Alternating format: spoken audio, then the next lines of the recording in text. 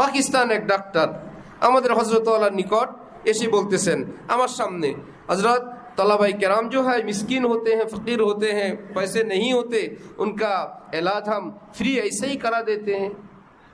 যাও, ছাত্র মাদ্রাসার তারা ফকির মিসকিন হয়, আমি এদেরকে চিকিৎসা করাই দিই, এদের তো পয়সা করি নাই, অধিকাংশই মিসকিন। এমন ধমক দিলেন হজরতওয়ালা।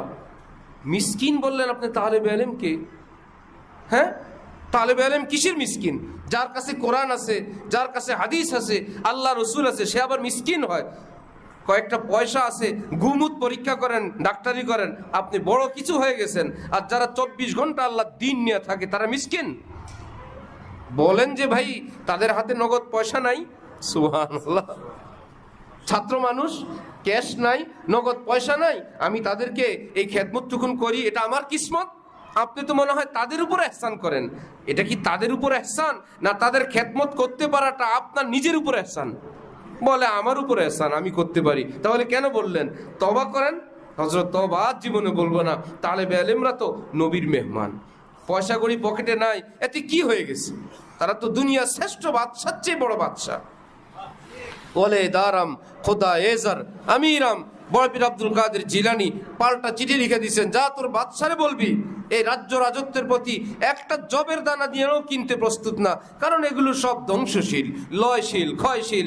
রাজপ্রাসাদ কয়েকদিন পর হয়ে যায় জাদুঘর, রাজপ্রাসাদ কয়েকদিন হয়ে যায় এটা ধ্বংসস্তূপ।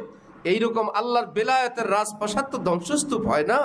আহা, রাজপ্রাসাদ এটা রেখে ওই রাজা কবরে রওনা হয়েছে। আল্লাহ ওয়ালাদের মোহাব্বতের রাজ্য রাজত্ব তো রেখে কবর রওনা হয় না, ওটা সাথে নিয়েই কবরে রওনা হয়। হে রাজত্ব কবরেও চলে, হাসরেও চলে, জান্নাতেও চলে। সুতরাং এই কিসের বদলা কিসের? সেই বেচারা যখন একটা প্রস্তুতি, দ্বিতীয় প্রস্তুতি, তৃতীয় প্রস্তুতি, ওই কারেন্ট বিদ্যুতের সংযোগ এর মতন একদিন যেরকম লাইট জ্বলে ওঠে, ঠিক ধীরে ধীরে গুনাহ বর্জনের বরকতে হঠাৎ একদিন আল্লাহর বন্ধুত্বের লাইট তার অন্তরে জ্বলে ওঠে। আলহামদুলিল্লাহ আলহামদুলিল্লাহি ওয়া কাফা ওয়া সালামুন আলা ইবাদিহিল্লাযীনা ইসতাফা, আম্মা বা'দ। ফাআউযু বিল্লাহি মিনাশ শাইতানির রাজীম। বিসমিল্লাহির রাহমানির রাহিম। يا أيها الذين آمنوا اتقوا الله وكونوا مع الصادقين صدق الله مولانا العظيم وقال رسول الله صلى الله تعالى عليه وسلم الجليس الصالح خير من الوحدة والوحدة خير من جليس السوء أو كما قال رسول الله صلى الله تعالى عليه وسلم। মুআজ্জাজ হাজিরিন, আমি আল্লাহ পাক রব্বুল আলামিনের পবিত্র কালামের অংশ বিশেষ তেলাওয়াত করলাম এবং হযরত রাসূল করিম সাল্লাল্লাহু আলাইহি ওয়াসাল্লামের একখানা হাদিস শরীফ পাঠ করলাম। আল্লাহ পাক কোরআন শরীফ এবং হাদিস শরীফের কামেল হেদায়েত আমাদের সকলকে নসিব ফরমান। কোরআনে পাক, হাদিসে পাকের সহি ইলম আমাদের সকলকে দান করেন। ঈমানি হায়াত, ঈমানি মৌত সকলের জন্য কবুল ফরমান। আমাদেরকে, আমাদের পরিবার পরিজন, আপনজন, প্রিয়জনকে আল্লাহ পাকের খুশির জিন্দেগি দান করেন। আজকের এই মাহফিলকে আমাদের সকলের হেদায়েত এবং নাজাতের উসিলা হিসাবে কবুল ফরমান। যারা আয়োজন করলেন, অংশগ্রহণ করলেন, সহযোগিতা করলেন, সকলকে আল্লাহ পাক দোনো জাহানে উত্তম পুরস্কার দান করেন। আল্লাহ পাক রব্বুল আলামিনের পবিত্র কালামে প্রতিটি কথাই আমাদের জন্য হেদায়েত। প্রত্যেকটি বাণী আমাদেরকে আল্লাহ পর্যন্ত পৌঁছানোর জন্য মাধ্যম এবং উসিলা। এই কোরআনে পাকে আল্লাহ পাক রব্বুল আলামিন কিয়ামত পর্যন্ত মুসলমানদের সকল প্রয়োজনীয় বিষয় নাজিল করে রাখছেন। ফার্মেসিতে যেমন ঔষধ থাকে, সবগুলো ঔষধ সকলের জন্য না, সব সময়ের জন্য না। রাখা আছে যার জন্য যেটা প্রযোজ্য, যার জন্য যখন প্রযোজ্য, যার জন্য যখন যতটুকুন প্রযোজ্য। ফার্মেসিতে আছে। ঠিক কোরআনে পাকের সবগুলো কথা সকলের জন্য, সব সময়ের জন্য বিষয়টা এমন না। মানব জাতির জন্য, মুসলিম সমাজের জন্য, কিন্তু প্রত্যেকটা কথাই সবার জন্য না। সবাই বিশ্বাস করবে, শ্রদ্ধা করবে, তেলাওয়াত করবে, মনে প্রাণে এটাকে হেদায়েত মনে করবে, আল্লাহর কালাম, এই দিক থেকে তো ঠিক আছে। কারণ কোরআনে পাকে বিচারপতির জন্য বিধান আছে, এটা তো বিচার প্রার্থীর জন্য না, এটা যিনি বিচারক তার জন্য। রাষ্ট্র পরিচালকের জন্য বিধি বিধান আছে, এটা তো রাষ্ট্র পরিচালনায় যারা থাকবেন তাদের জন্য। বিভিন্ন রকমের কথাবার্তা আছে। আমরা যদি আমাদের জন্য সংক্ষিপ্ত আকারে জানতে চাই আমাদের করণীয় কি, কোরআন থেকে, হাদিস থেকে, ইসলামের শিক্ষা, আমাদের করণীয় কি, তো হযরত ওয়ালা করাচি রহমতুল্লাহ আলাইহি কোনো এক জায়গায় গেলে হযরতকে কয়েকজন ইংরেজি শিক্ষিত লোক বলছিলেন, মৌলানা আপ क्या करते हैं? হযরত ওয়ালা তাদেরকে পাল্টা প্রশ্ন করে জিজ্ঞাসা করলেন, आप लोग क्या करते हैं? তারা বলল, हम ऑफिसर है एग्रीकल्चर के, देसी आम को जो है लेंगड़ा आम बनाते हैं। আমরা এগ্রিকালচার অফিসার, আমরা দেশি আমকে ল্যাংড়া আমে রূপান্তরিত করি। কিভাবে করেন? বলল, আমরা আমাদের খামার থেকে ল্যাংড়া আমের কলম নিয়ে আসি, এনে দেশি আমের ডাল কেটে দেই, তারপরে সেই কাটা ডালের মধ্যে খামার থেকে আনা সেই কলমকে আমরা স্থাপন করে দেই, দুইটা জোড়া লেগে যায়। পরের মৌসুমে এখন আম যখন আসে তখন ল্যাংড়া আম আসে, নাম, দাম, মজা, মূল্য সব কিছু পরিবর্তন হয়ে যায়। হযরত বলেন, হাম ভি यही करते हैं, আমিও একই কাজ করি। কি করো তুমি? বললেন, আমি দেশি দিলকে আল্লাহ ওয়ালা দিল বানাই। वो किस तरह? बोला, आप जिस तरह करते हैं उस तरह। পদ্ধতি একটাই, তোমরা যেভাবে করো আমিও একই ভাবে করি।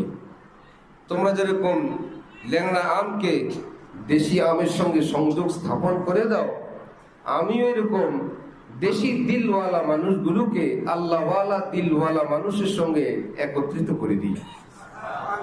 ফুসাক কো উশাক কে আলকাব দিলায়ে, क्या খুশলাকাবি হ্যায়। যেই লোকটা ফাসেক, ফাজের, পাপিষ্ট, ভুল বিচ্যুতিতে অভ্যস্ত, এইরকম কোনো মানুষকে আমি কোনো আল্লাহ দেওয়ানা, কোনো খাজা মঈনুদ্দিন চিশতি, বড় পীর জিলানী, ইমাম গজালি, খাজা হাসান বসরি, ইমামে রব্বানি গঙ্গোহী, হযরত কাসেম নানুতুবি থানবী, এইরকম কোন আল্লাহ দেওয়ানার সঙ্গে এদেরকে জোড়ায় দেওয়ার চেষ্টা করি। যেই লোকটা এতদিন আচার আচরণ, ব্যবহার, লেনদেন, কথাবার্তা সবই নষ্ট ছিল, সেটাকে আমি দেশি বুঝাইছি। জবানের ঠিক নাই, কানের ঠিক নাই, চোখের ঠিক নাই, লেনদেনের ঠিক নাই, সবই অসুন্দর, সেটা হলো দেশি দিলওয়ালা মানুষের আচরণ। এই মানুষটাকে যখন কোন আল্লাহ দেওয়ানার সঙ্গে ভালোবাসা হয়ে যায়, হযরত ইমাম গাজালি বলেন, ইন্নাত্তিবা তাসরিকু মিনাত্তিবা, এক স্বভাব অন্য স্বভাব থেকে চরিত্র চুরি করে। আমি যার সঙ্গে থাকবো তার চরিত্র ভিতরে ভিতরে আমার ভিতরে চলে আসবে। আমাকে মিটিং করে প্ল্যান করে এটা আনতে হবে না, শুধু কাছে থাকলেই চলে আসবে, ভিতরে ভিতরে নিয়ে আসবে। তো যখন একজন আল্লাহ ওয়ালার কাছে কোনো মানুষ যাবে, সে আল্লাহ ওয়ালার নূরানি চেহারা, তার চোখের পানি, তার তাকওয়া, তার খোদা ভীতি, তার উপর নাজিল হওয়া আল্লাহ পাকের নূর, সেইটার ভাগ ওই কাছে যাওয়া ব্যক্তিটাও পাওয়া শুরু করবে। তার একদিন শখ জাগবে, হায় এইরকম চোখের পানি যদি আমি ঝরাইতে পারতাম। আয় খোসা চশমে কে আঁ গিরিয়ানে উস্ত, ওই হুমায়ুঁ দিল কে আঁ বিরিয়ানে উস্ত। জালালউদ্দিন রুমি বলেন, ওই চোখ যে তুমি আল্লাহর জন্য অশ্রু ঝরাইতে জানো, তোমাকে বড় মোবারকবাদ, তুমি বড় ভাগ্যবান চোখ। এই চোখ থেকে তো পৃথিবীতে কতজন অশ্রু ঝরায়, তুমি আল্লাহর জন্য অশ্রু ঝরাইতে জানো না। कोई तुझसे कोई कुछ मांगता है, इलाही मैं तुझसे तलबगार तेरा। हजरत हाजी अमदादुल्लाह मुहाजिर मक्की রহমতুল্লাহ আলাই কাবা শরীফের গিলাফ ধরে ধরে কান্না করতেন আর বলতেন, আল্লাহ এই কাবা এসে কতজন তোমার কাছে কত কিছু চায়, আল্লাহ আমি আমদাদুল্লাহ তোমার কাছে তোমাকে চাই, তোমার ঘরে এসে আমি তোমাকে চাই। कोई तुझसे कोई कुछ मांगता है, इलाही मैं तुझसे तलबगार तेरा। जो तू मेरा तो सब मेरा, फलक मेरा जमी मेरी, अगर एक तू नहीं मेरा तो कोई शय नहीं मेरी। আল্লাহ আপনি যদি আমার হয়ে যান, সারা দুনিয়ার সবই তো আমার হয়ে যাবে। আপনাকে যদি আমি না পাই, আমার মতন হতভাগা কাঙ্গাল এই পৃথিবীতে আর কেউ নেই। তো কোনো আল্লাহওয়ালার সঙ্গে যখন কেউ বসে, রাসূল সাল্লাল্লাহু আলাইহি ওয়াসাল্লাম তিনি বলেন, আল মারউ আলা দীনি খালিলিহি, মানুষ তার ঘনিষ্ঠ প্রিয় বন্ধুর চরিত্রের উপর উঠে যায়। ফালইয়ানজুর আহাদুকুম মান ইউখালিল, তোমাদের প্রত্যেকের এটা উচিত দেখে নিবে তুমি কাকে বন্ধু বানাবে। যাকে বানাবে তার চরিত্র কিন্তু তোমার মধ্যে আসবে। যে আমি শুধু তাকে ভালোবাসি, তার কিছুই ভালোবাসি না, এটা হবে না। যাকে ভালোবাসবে তার লেবাস চলে আসবে, তার টুপি চলে আসবে, তার ডিজাইন চলে আসবে, তার চরিত্র চলে আসবে। নবীজি বলেন, ফালইয়ানজুর আহাদুকুম মান ইউখালিল, ভেবে চিনতে দেখে শুনে কিন্তু বন্ধু বানাবে। ওই বন্ধুর ধন দৌলত ভালো মন্দ কিন্তু তোমার ভিতরে চলে আসবে। ইয়ারে মাকলুবা মাশৌহি আই গাবি, ইয়ারে গালিব জো কে তা গালিব শবি। জালালউদ্দিন রুমি মসনবী শরীফের মধ্যে বলেন, যে ব্যক্তি নফসের হাতে মার খাওয়া লোক, গুনাহের হাতে পরাজিত লোক, শয়তানের হাতে মার খাওয়া লোক, তাকে কিন্তু বন্ধু বানায়ও না। বন্ধু বানাইলে তুমিও নফসের হাতে শয়তানের হাতে মার খাওয়াই শিখবা। এক মার খাওয়ার কাছে থাকো, আর এক মার খাওয়া তুমিও হবা। আর ইয়ারে গালিব জো কে তা গালিব শবি, আজ যদি নফসের বিরুদ্ধে বিজয়ী কোনো কামেল দেওয়ানার সঙ্গে থাকো, তোমারও একদিন নফসের বিরুদ্ধে বিজয়ী হইতে ইচ্ছা করবে। আল্লাহ এভাবে তিনি আল্লাহর হুকুমের উপর থাকলেন, আমিও থাকবো। এভাবে তিনি স্বার্থ বিসর্জন দিলেন, আমিও থাকবো। এভাবে তিনি আল্লাহর জন্য কাঁদলেন, আমিও কাঁদবো।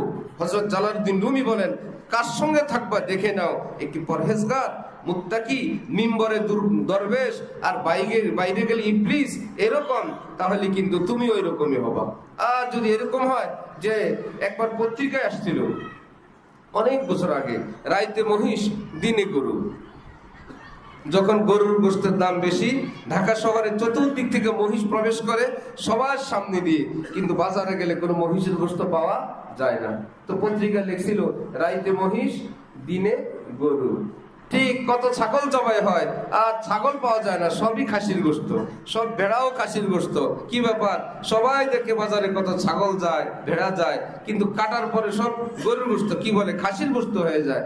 আমরা মনে করতেছি আমরাও এরকম, বাইরে গেলে আমরা একরকম, মসজিদে আসলে আমরা আল্লাহ ওয়ালা মিম্বরে বুজুর্গ, একদম বয়ান করতে দিলে জিবরিল আমিনের মতন সুফিয়ানা বয়ান।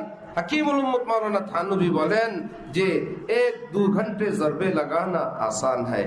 1-2 ঘন্টা দিনের ভান করে থাকা, চোখ বন্ধ করা, মোরাকাবা করা, পাশে আনপা জিকির করা, সুফি ভাব ধরা, এগুলো সবাই পারে। হযরত থানভী বলেন এটা সহজ ব্যাপার। 22 ঘন্টা ছুটি, 2 ঘন্টা ভান করলো, जिक्र कर लो, ध्यान कर लो। हाँ, हमारे यहाँ वो आए जिसको 24 घंटे अपने नफ्स के खिलाफ आरे चालाने हो। আমার এখানে আসবে 24 ঘন্টা নফসের হারাম চাহিদার বিরুদ্ধে যে তরবারি চালাইতে জানে, করাত চালাইতে জানে।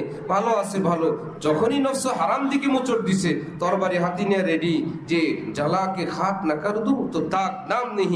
শয়তান, তোরে যদি জ্বালায় আগুন না করলাম তা আমার নাম থাকবে না। শয়তান ভাববে, বাপ রে, এই কঠিন লোকের পালায় পড়লাম আমি, যে কিছুক্ষণ তো আমার সাথে আছে। এই জন্য হযরত ওয়ালা করাচি, আমাদের দাদা পীর, পৃথিবী বিখ্যাত, মানুষকে চরিত্রবান বানানোর জন্য, নষ্টামি থেকে মুক্তির জন্য এক কিংবদন্তি মানুষ তিনি, এক উচ্চ স্তরের মানুষ তিনি এমন ভাবে বলেন যে মিয়া, নফসের কিছু চাহিদা আছে হালাল, কিছু চাহিদা আছে হারাম। তো নফসের হালাল চাহিদাগুলো পূরণ করবা, নফসের হালাল চাহিদাগুলো কি করবা? পূরণ। খেতে চায় হালাল খাও, ভালো কিছু পছন্দ করে খাও, ভালো পোশাক চায় দাও, কি লাভ হবে? এই নফসকে যখন তুমি কাবু করতে চাইবা তখন নফস বলবে মোল্লা হতো খারাপ না, কিছু কিছু দেয়, কিছু কিছু দেয়, যে আমি একদমই আমাকে ঠকায় না, কিছু কিছু মনেরও একটা খুশি আছে, একটা চাহিদা আছে। ভালো বাড়ি দিল, সুন্দর গাড়ি দিল, যা ভালো পোশাক দিল, খুশবু দিল, ভালো খাবার দিল, ভালো, তো মোল্লা অত টাইট পড়লা না। হ্যাঁ, যখন একটু গুনাহের কথা বললো তখন ধমক দিল। ঠিক বাচ্চাদের কি একই অবস্থা?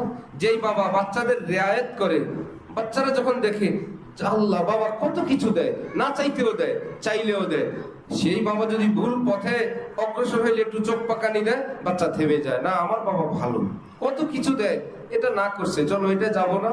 আর যেই বাবা কিছুই দেয় না, ওই সন্তানরা পিছনে পিছনে নষ্ট বেশি হয়, ভালোটাও দেয় না, মন্দটাও দেয় না, ওনার কাছে যা চাই কিছুই দেয় না, আমার জীবন আমি আলাদা সাজানো লাগবে, শেষে নষ্ট বেশি হয়ে যায়।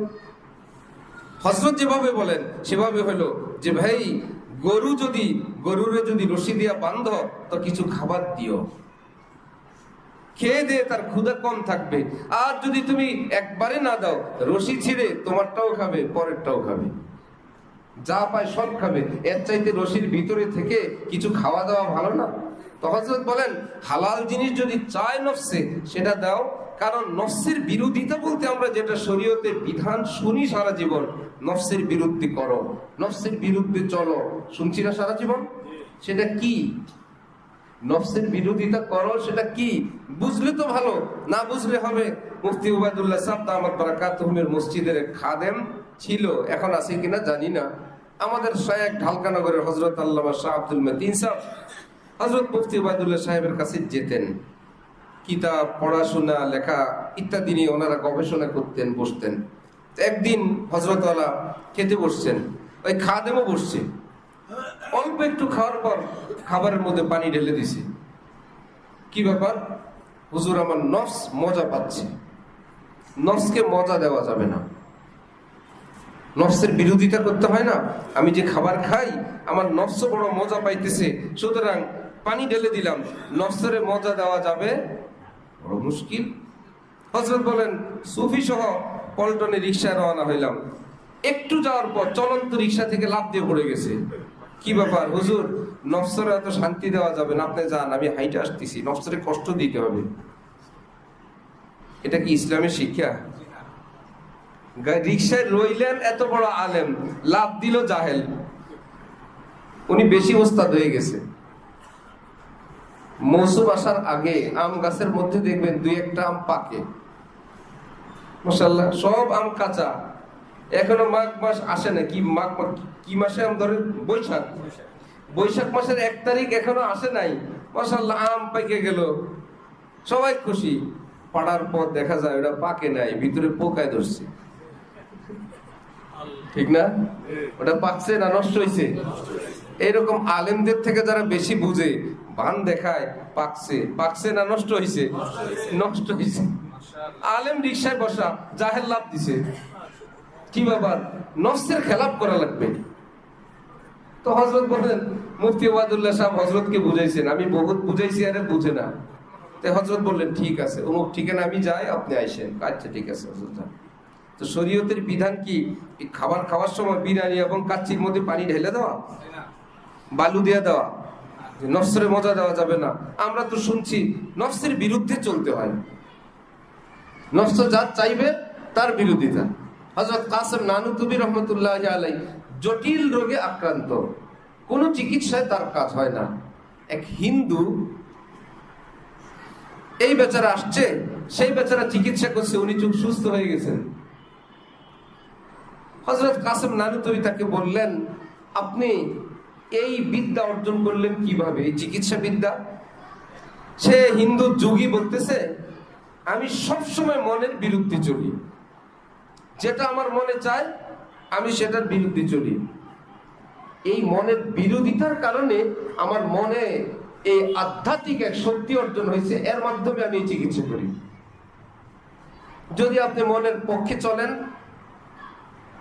তাহলে আমার এই শক্তিটা থাকবে না। হিন্দু তো হিন্দু, কাসেম নানুতুবিতে নানুতুবি, তিনি বললেন আপনার কি ইসলাম কবুল করতে মনে চায়?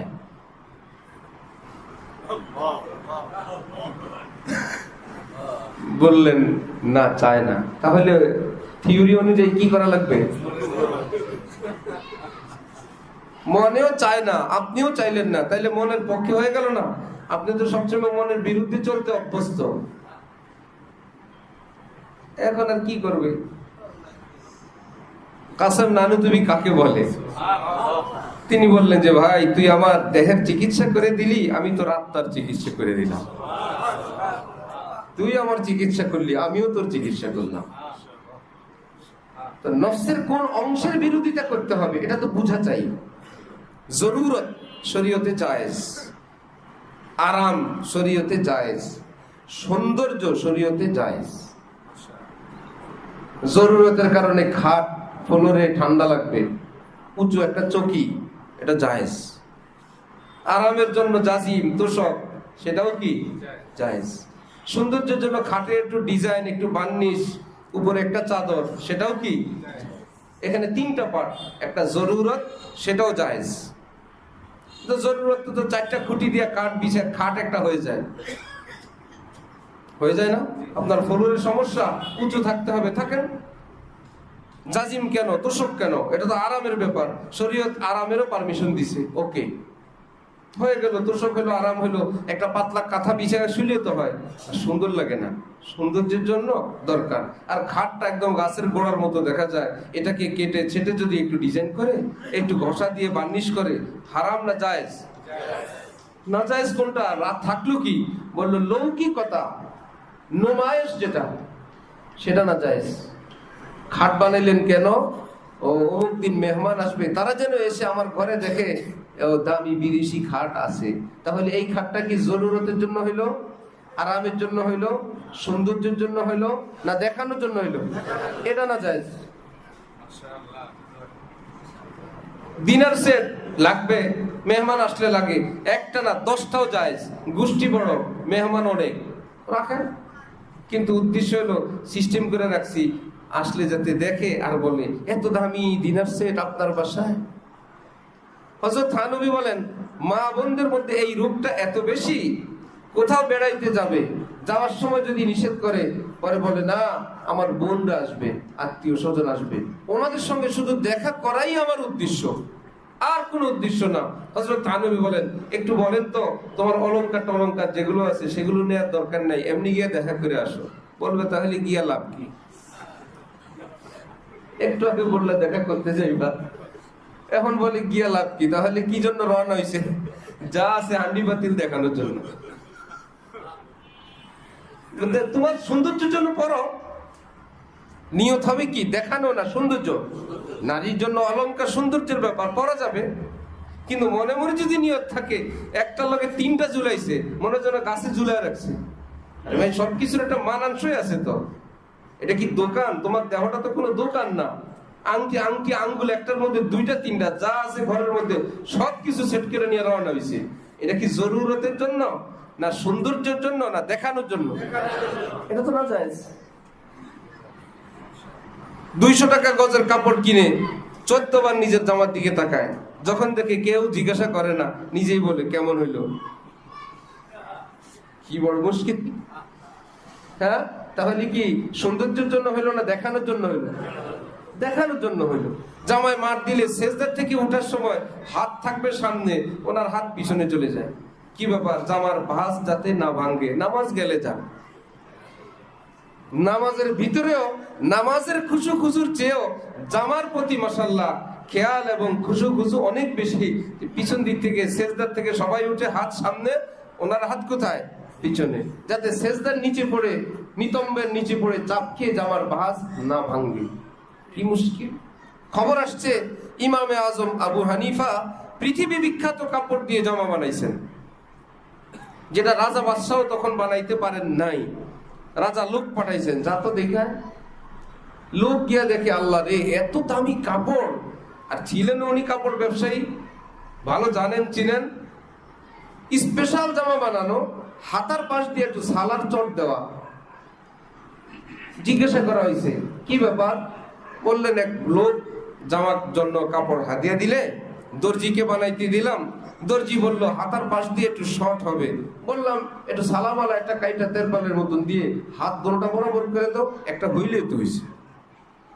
এত ইজি বলতেছেন যে ভাই হাতা দোনোটা বরাবর করার জন্য সালা আছে না ভালো ধরনের, চট টট এটা লাগা হাতার কাজ হইলেই হয়েছে। দর্জি বানায় দিচ্ছে, গায়ে দিয়ে বসে আছে। বাদশার কাছে গিয়ে বলছে, বাদশা দুনিয়ার শ্রেষ্ঠ কাপড় এও ঠিক আছে, আর বাকি ঘটনা এই হাতার পাশ দিয়ে সালার চট লাগায় রাখছে তাও ঠিক আছে। বাদশা তখন দীর্ঘ নিঃশ্বাস ছেড়ে বললেন, হ্যাঁ দামি কাপড় গায়ে দেওয়া তাদের জন্যই উচিত, তারা এটার হকদার। যাদের কাছে এত দামি কাপড় আর সালার চট দুটোটা বরাবর, ভাই আল্লাহ দিছেন পরো, নাই লাগাও।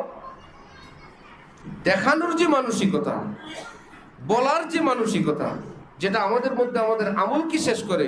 হাকিমুল উম্মত থানবী নগরাল্লাহু বারাকাতুহু বলেন, মেহমান বাসায় গেলে মেহমানকে জমজমের পানি দিবে। এখন বাড়িওয়ালা জোরে আওয়াজ দিয়ে স্ত্রীকে বলতেছে, দ্বিতীয় হজের পানিটা দিও। হজ কয়বার? দ্বিতীয় হজরটা দিও। খালি জমজম খাইলে তো উনি মনে করবে কি হজ, আমি যে 2 বারের হজ, এ তো আর বুঝবে না। এই জন্য বলে দ্বিতীয়টা দিও। হযরত থানবী বলেন, হজ 2টা, গুলি করলো একটা, এক গুলিতে দোনো হজ শেষ। এক ফায়ারে দোনো হজকে উনি বাস্ট করে দিলেন। কি দরকার ছিল?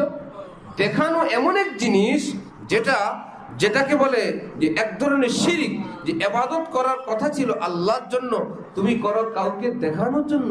ইবাদত তো তোমার আল্লাহর জন্য না, এটা কারোর জন্য হইল, এটা অন্যের জন্য হইল। এই জন্য নফসের কোন চাহিদাটা, এটা নিষেধ। এটা যদি আমরা নির্ধারণ করতে না পারি, অতি সুফি হয়ে গেলে দেখা গেছে জরুরতের জিনিস নিয়ে ঘরে স্ত্রীর সঙ্গে ঝগড়া, সৌন্দর্যের জিনিস নিয়ে মারামারি, আরামের জিনিস নিয়ে কাটাকাটি। বউ বেচারি চায় আর আমরা চাই না। হযরত ওয়ালা করাচি রহমতুল্লাহ আলাইহি বলেন, নফসের যে হালাল চাহিদাগুলো, হযরতের ভাষা, কবি আন্ডা মিরিন্ডা ভি খিলা দো, একটা সিদ্ধ ডিম খাইতে চাইলে খাওয়াও। আর যদি বললো ঘরে একটা সিনেমা আনা দরকার, একটা ডিশের লাইন আনা দরকার, এইবার বলে দাও খবরদার আরেকবার যেন এই উচ্চারণ না শুনি।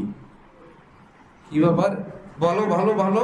হ্যাঁ কি বলো মত বলেন, ভালো বলতে পুলিশের পিস্তলের মতন সারাদিন পকেটে থাকে, কিন্তু আসামি পাইলে ওটাকে কাজে লাগায়। সারাদিন কেবল গুলি করতেই থাকে না, সঙ্গে আছে ভালো তো ভালো, জরুরত হলে ফায়ার করে দিব, শেষে বলবে আত্মরক্ষার জন্য ক্রস ফায়ার।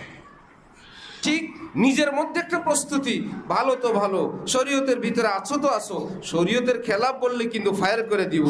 এইটুকুন যদি আমি আপনি খেয়াল করি, যেটাকে হাকিমুল উম্মত থানবী এই ভাষায় বলছেন যে নফসের বিরোধিতা করো। সে নফস কি জিনিস? হযরত থানবীর ভাষা হলো মারগুবাতে তাবিইয়া গায়রে শারঈয়া, মনের ওই চাহিদা যেটা শরীয়ত বিরোধী। নফসের বিরোধিতা করো মানে মনের ওই চাহিদার বিরোধিতা করো যেটা শরীয়ত সম্মত না শরীয়ত বিরোধী। ঘরের মধ্যে টাইলস লাগানো কি শরীয়ত বিরোধী না সম্মত? সম্মত, লাগান। এখন মন চাইছে একটা কোয়েল পাখির ছবি লাগাইতে, একটা মাছরাঙ্গার, তাহলে মনে তো চায়, শরীয়ত বলে নিষেধ, প্রাণীর ছবি লাগানো যাবে না। এখন বলে তাহলে এইটাই হইল নফস, মনে চায় কিন্তু এমন চাওয়া চায় যেটা শরীয়ত সাপোর্ট করে না, এটার বিরোধিতা করা আমার কাজ। এবার আপনি মনে বলেন অন্য কোনো ডিজাইনের প্রস্তাব দাও, কোনো প্রাণীর ছবি লাগানো যাবে, এটার নাম নফস। তাহলে এতক্ষণ নফস ছিল না, যেটা শরীয়ত যেটাকে আমাদের জন্য কি করে দিছে, মার্ক করে দিছে যে নফসের এই চাহিদাটা পূরণ করা যাবে না, সেটা হলো যেটা শরীয়তে পাকের বিরোধিতা হয়, বিরুদ্ধে হয়, যেটার নাম মারগুবাতে তাবিইয়া গায়রে শারঈয়া। এমন মানুষের এমন চাহিদা যেটা শরীয়ত বিরোধী, এটা পূরণ করা যাবে না। যাই হোক, আল্লাহ পাক আমাদেরকে নফসের এই সূক্ষ্ম সূক্ষ্ম বিষয় বুঝার এবং আল্লাহর খুশি মোতাবেক চলার তৌফিক দান করেন। হযরত ওয়ালা করাচির কথা আমরা বলতেছিলাম যে দেশি আমকে ল্যাংড়া আম বানায়, উনি দেশি দিলকে আল্লাহওয়ালা দিল বানান। কি পদ্ধতি? বলল, যেই মানুষটা জবানে লাইলা লাইলা আসে, যেই মানুষটার লেনদেন হারাম, যার জবানে গালিগালাজ আসে, গীবত আসে, এই লোকটা যখন কোনো কামেল আল্লাহওয়ালার প্রেমে পড়বে, আর হাদিসে পাকে আছে যার প্রেমে পড়বা তার রুচি চাহিদা তোমার ভিতরে আসবে। এই লোক তো পড়ছে খাজা মঈনুদ্দিন চিশতির প্রেমে, এত পড়ছে বড় পীর জিলানির প্রেমে, এত পড়ছে হাকিমুল উম্মতের প্রেমে। তাহলে ওখান থেকে কি খারাপ জিনিস আসবে না ভালো জিনিস? যা আসে এখন ভালো জিনিসে আসবে। একদিন একটা, আরেকদিন আরেকটা, আরেকদিন আরেকটা, আরেকদিন আরেকটা। একটা কারেন্টের তার জ্বলতে 1 সেকেন্ডেই জ্বলে না, একদিন বোর্ড লাগায়, আরেকদিন তার টানে, আস্তে আস্তে কি লাইটের দিকে অগ্রসর হচ্ছে না? মাশাআল্লাহ, পিলার আসছে, এবার ওয়ারিং করছে, আজকে বোর্ড লাগাইলো, আজকে সব কাজ হইলো, আজকে সুইচ লাগাইলো, তার লাগাইলো, বিসমিল্লাহ বলে সব যখন কমপ্লিট, সুইচ দিলে লাইট জ্বলে উঠলো। ঠিক বান্দা যখন আল্লাহ ওয়ালাদের কাছে যায়, এক এক দিন অল্প অল্প একটু কাজ অগ্রসর হইতে থাকে, একটু আজকে আরেকদিন আর একটু, যেই দিন সব কিছু সুসম্পন্ন, অর্থাৎ এই ব্যক্তির জীবনে আর গুনাহ নাই, একটা একটা করে সব ছুটি দিয়ে দিছে, একটা একটা করে কষ্ট করে সব বিসর্জন দিয়ে দিল। এইবার রব্বুল আলামিন যখন চাইবেন আল্লাহ পাকের বেলায়েতের, আল্লাহর বন্ধুত্বের সূর্য তার অন্তরে উদয় করে দিবেন। সে তখন চিৎকার করতে থাকবে, এ কौन आया कि धीमी पड़ गई, लव शमे महफिल की पतंगों की आवाज उड़ने लगी, চিঙ্গারিয়া দিল কি। আমার মন জগতে আবার কে আসলেন? সে আসার কারণে এই পৃথিবীর চাঁদ সূর্য আমার কাছে অন্ধকার অন্ধকার লাগে, সূর্যের আলো কম কম লাগে, এই দুনিয়ার বিশাল অট্টালিকা ছোট ছোট লাগে, রাজ্য রাজত্ব পিচ্ছি পিচ্ছি মনে হয়। বড় পীর আব্দুল কাদের জিলানীকে সঞ্জরের বাদশাহ লোক পাঠাইছেন যে নিম রোজটা আপনার নামে লিখে দেই, আপনার মুরিদরা আছে, ভক্তরা আছে, তাদেরকে নিয়ে খরচ করবেন, খাওয়াবেন। বিশাল একটা রাজ্য রাশিয়ার। বড় পীর জিলানী ওই দূতের নিকট পাল্টা চিঠি লিখে বললেন, চু চত্রে সঞ্জরি রুখে বখতম সিয়াবাদ, गर्दी लगर बूद दर्दी लगर बूद, हवा से मुल्के संजरम जागा की याफ्तम, खबर अज मुल्के नीम शब मन मुल्की नीम रोज बैक जाओ नमी खरम। हे संजरेर बादशाह, তোমার এই নিমরোজ রাজ্যের প্রতি আমার অন্তরে যদি বিন্দু মাত্র লোভ, লালসা, লিপ্সা, আগ্রহ থেকে থাকে, আমি ঘোষণা দিচ্ছি আমার চেহারা যেন কালো ছাতার মতো কুৎসিত হয়ে যায়। তার মানে আল্লাহর রহমতে এই রাজ্যের প্রতি আমার এক বিন্দু লোভ নাই। জিজ্ঞাসা করবা কারণ কি নাই কেন? জাগা কি আফতাম খবর আজ মুলকি নিম সব, গভীর রজনীতে আল্লাহকে ডাকার রাজত্ব যেদিন থেকে আল্লাহ পাক দিয়ে দিলেন, গভীর রজনীতে আল্লাহর প্রেম ভালোবাসার রাজত্ব যেদিন আল্লাহ আমাকে দিলেন, সেই দিন পেয়ে গেলাম। এই তোমাদের নিমরোজ, এই বিশাল বড় রাশিয়াকে একটা জবের দানার বিনিময় খরিদ করতেও আমি প্রস্তুত না, কারণ এগুলো এখানে থাকবে, আমি যেই রাজত্ব করি এটা নিয়ে আমি কবরে যাব। কোথায় কোন রাজত্ব? কয়েকদিন ক্ষমতায় থাকো, এরপরে কোনো যদি একদম একটু ঝামেলা হয় সবাই তালাশ করতে থাকে লাঠি সোটা নিয়ে। এ ক্ষমতা হইল? বরবি জিলানীকে কেউ লাঠি নিয়ে তালাশ করছিলেন? এখনো নাম শুনলেই পশম কাটা দিয়ে যায়। এ আবার কোন রাজত্ব? এক ইংরেজ আসছে ভারতে, ভারতবর্ষ সফর করে যাওয়ার সময় সে মন্তব্য লিখছে, যারা পৃথিবী ভ্রমণ করলাম কিন্তু ভারতবর্ষে এসে এক ব্যতিক্রম ধর্মী পরিবেশ দেখলাম। এখানের মুসলমানদের এক লিডার, সে থাকে মাটির নিচে, রাজত্ব করে মাটির উপরে, তাও মানুষের অন্তরের উপরে।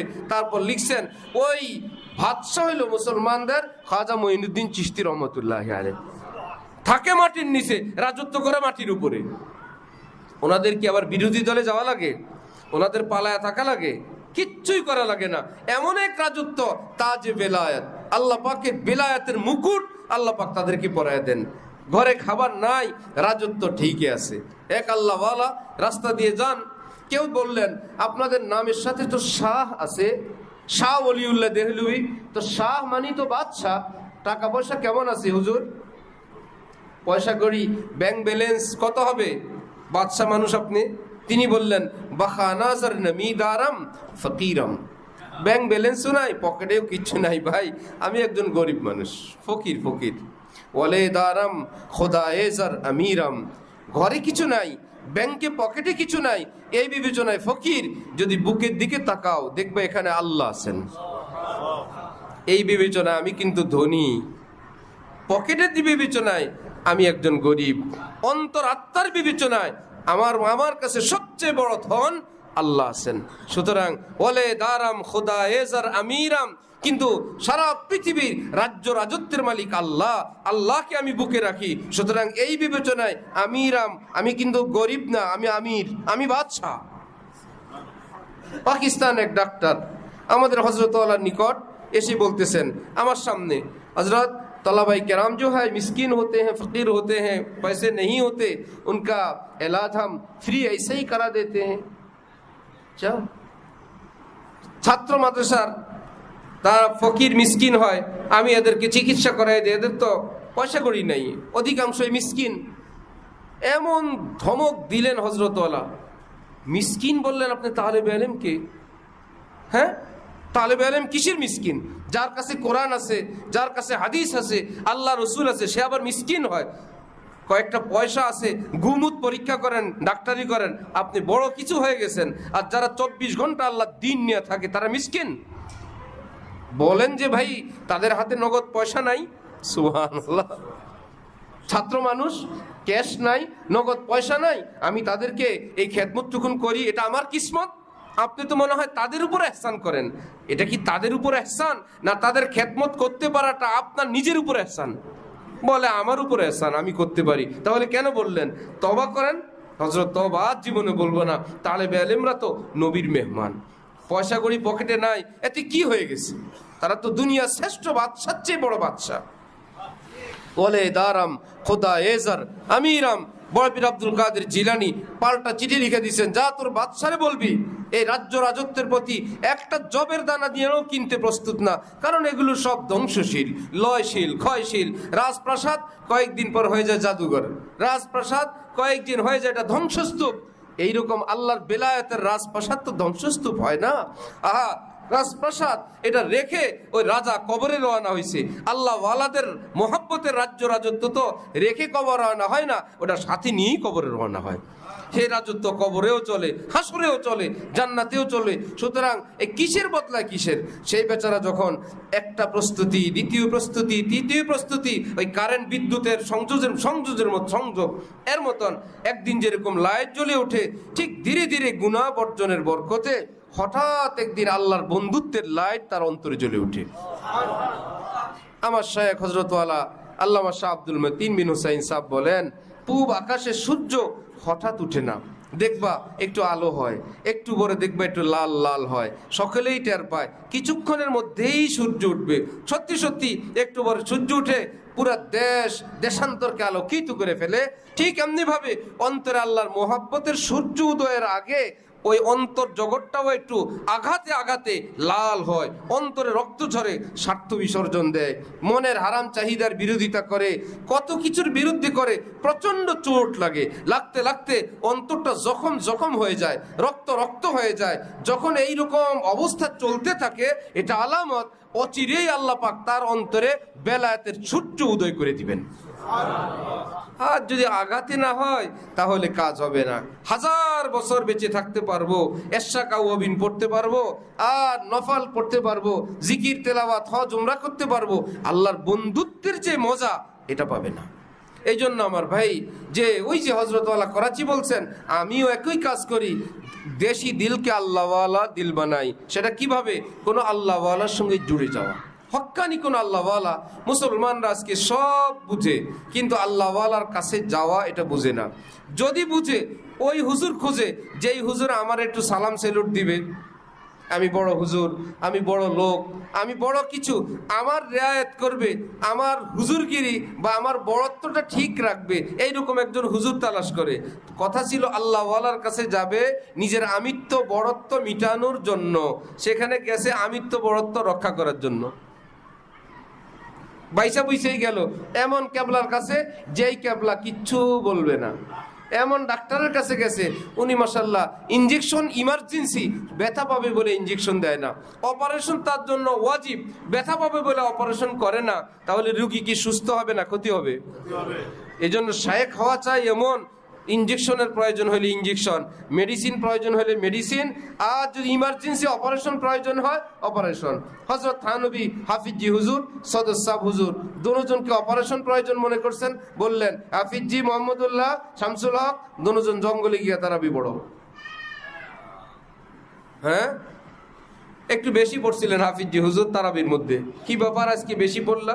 আমার বড় ভাই শামসুল হক ভাই একটু বেশি পড়তে বলছেন। হ্যাঁ, আমি তোমার পীর উস্তাদ, আমি এখানে মজুদ, আমার পারমিশন ছাড়া তারাবির মধ্যে 1 রাকাতের জায়গায় 1.5 রাকাত, কি 1.5 পারা পড়লা?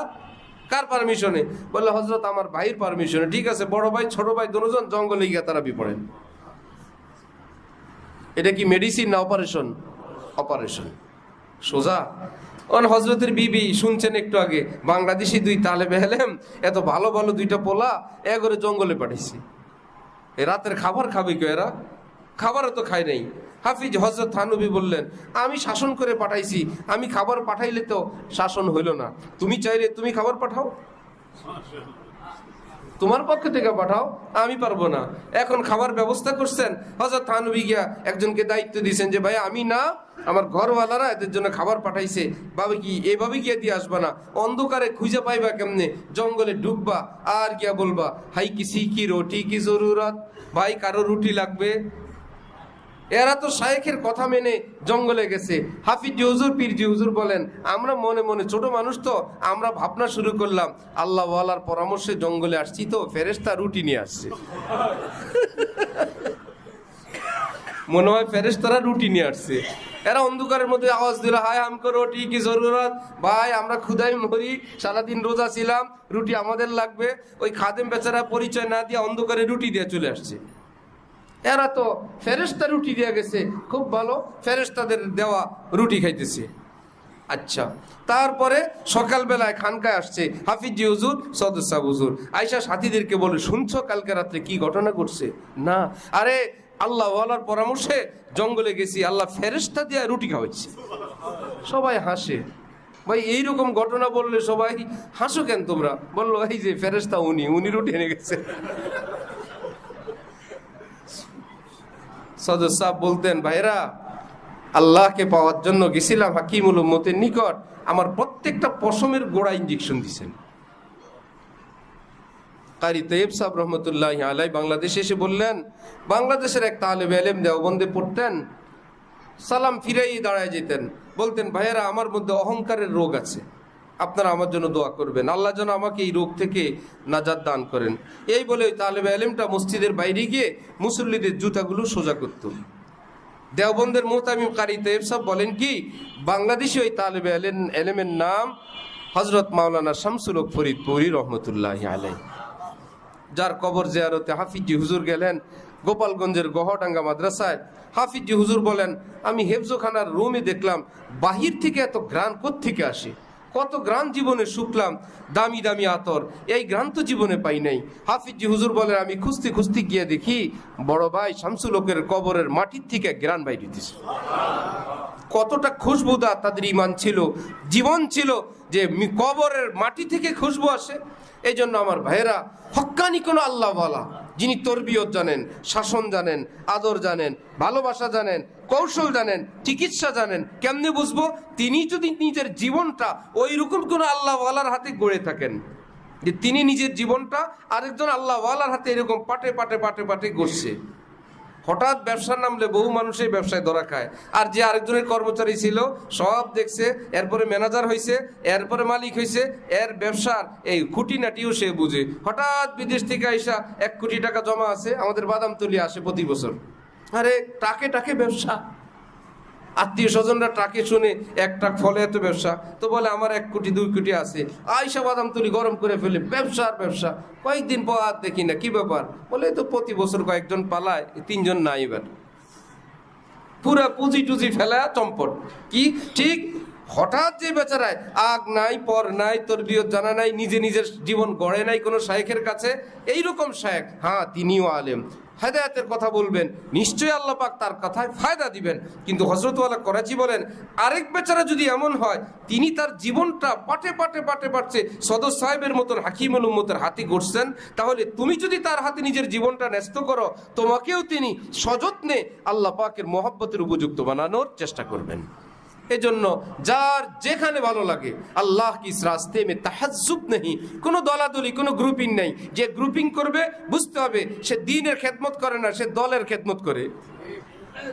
যে একটা লোক আমাদের দলে আসলো না কিন্তু তিনি নামাজি হয়েছেন, মুত্তাকি হয়েছেন, আমার আপনার মনে হোক যতই মুত্তাকি, আমাগো দলে না আসলে এটা অরিজিনালটা হবে না। বুঝতে হবে আমার মনে সমস্যা আছে, কারণ আমরা ডাকবো কি আমাদের দিকে না আল্লাহর দিকে? ওয়াজ করছিলাম আমি, সেই বেচারা আমার দিকে না এসে নামাজি হয়ে গেছে, তাহলে কি নারাজ হওয়ার বিষয় না খুশি হওয়ার বিষয়? কিন্তু যদি নারাজ লাগে, কি ব্যাপার উনি আমার দলে আসলো না, ওয়াজের বাহানায় আমি আমার দলের খেদমত করি। আর যদি মনে হয় আলহামদুলিল্লাহ উনি মুত্তাকি হয়েছেন, নামাজি হয়েছেন, সহি শুদ্ধ জায়গায় গেছেন, সুন্নতওয়ালা হয়েছেন, আরে মাশাআল্লাহ, আমাদের তো একটাই উদ্দেশ্য, ব্যাংকের কাউন্টার, এর মধ্যে একটাই জমা দিলে অ্যাকাউন্টে জমা হবে, আরেকটা জমা দিলে বাড়ি নিয়ে যাবে না, যেখানে জমা দিবেন অ্যাকাউন্টেই। ভাই যেই কাউন্টার মন চায় জমা দেন, আপনার অ্যাকাউন্টেই জমা হবে। ঠিক যে কোনো হক্কানি আল্লাহওয়ালা যারা দ্বীনের খেদমত করেন, কোনো না কোনো আল্লাহওয়ালাকে নিজের মুরব্বী বানাইলে, তার অধীন থাকলে দেখবেন ইনশাআল্লাহ তার আদর, মোহাব্বত, শাসন, পেয়ার, ভালোবাসা, চোখ রাঙ্গানি, এই সবটা আল্লাহ পাকের ভলিউমে উঠাবেন। আমার বান্দা এগুলো সহ্য করলো আমাকে পাওয়ার জন্য, এটা আমার পথের কোরবানি। আল্লাহ আমাদেরকে আল্লাহর জন্য কোনো না কোনো আল্লাহ দেওয়ানার পালায় পড়ার এবং তাদের সে তরবিয়ত গ্রহণ করার তৌফিক দান করেন। ওয়া আখিরু দাওয়ানা আলহামদুলিল্লাহি রাব্বিল আলামিন।